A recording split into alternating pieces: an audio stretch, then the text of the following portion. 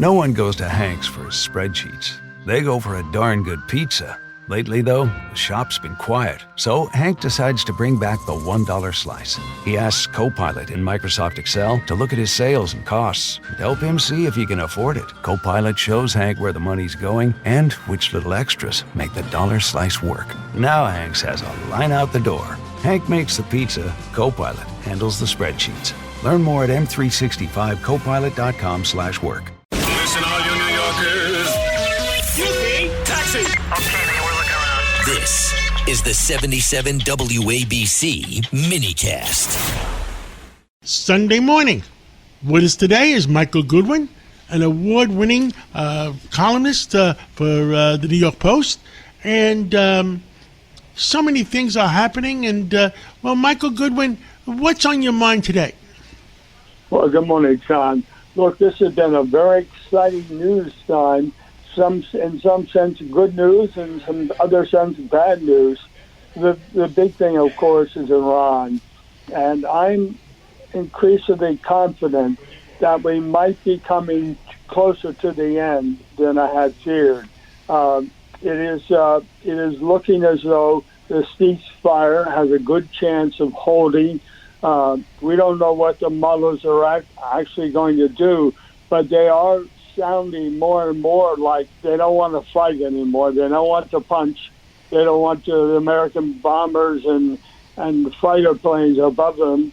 And I think this to me is hopeful. And of course, the price of oil falling quickly as the Strait of Hormuz is open. So I think we're on the right course right now. I believe we are. We're on the right course. Now, what I'm concerned about is the long-lasting effects, and I guess China and Russia are not backing up Iran anymore, and I think they realize that.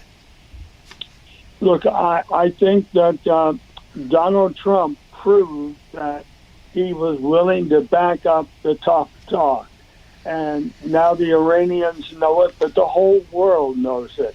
So I think China and Russia will most likely walk more softly in terms of Ukraine in Russia's case and Taiwan in China's case. I think that Iran has been a demonstration of President Trump's willfulness and willingness to throw a punch when he thinks the other side is not paying attention.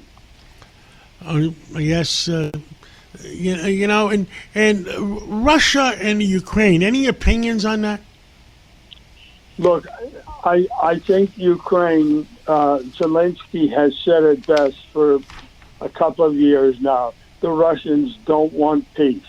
They want to just keep fighting and fighting and fighting, and they're in a war of conquest for territory and for control of big chunks of Ukraine.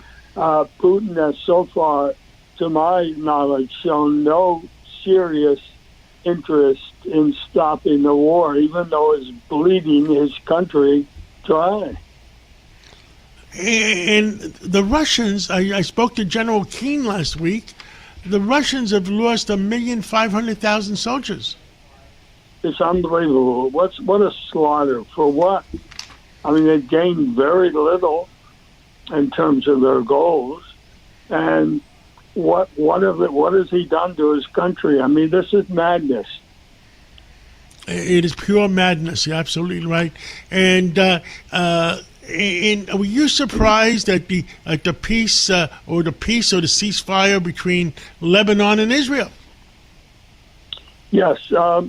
That's good news, but I think this is only because of between the United States and Iran.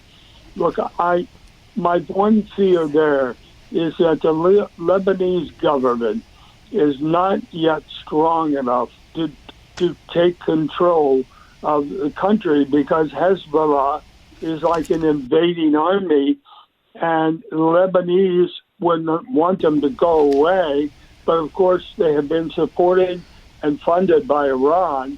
If Iran is somehow out of the terror business, and that's good news for Lebanon. But I do worry that the Lebanese government is so weak, and hopefully it will reach an agreement with Israel.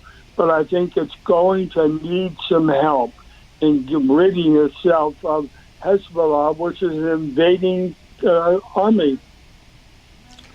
Absolutely. What else is at 3 o'clock in the morning? What do you fear the most?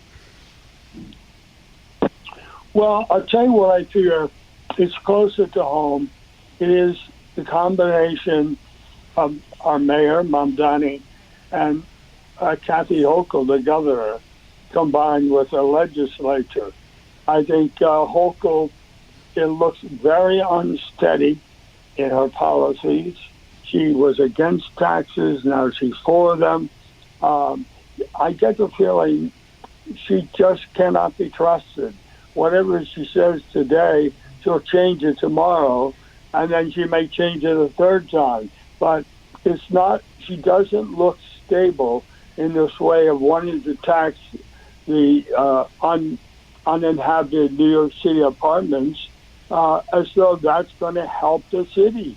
I mean, it may raise money, but it's going to stifle construction, and many of those people simply will probably sell those apartments at a loss. Why should they pay taxes if they don't live here full time? That's the whole way the tax system works, based on your residency. Well, Michael Goodwin, thank you for coming on this Sunday morning and bringing all our listeners up to date. And let's catch up again real soon. My pleasure, John. Thank you. Thank you.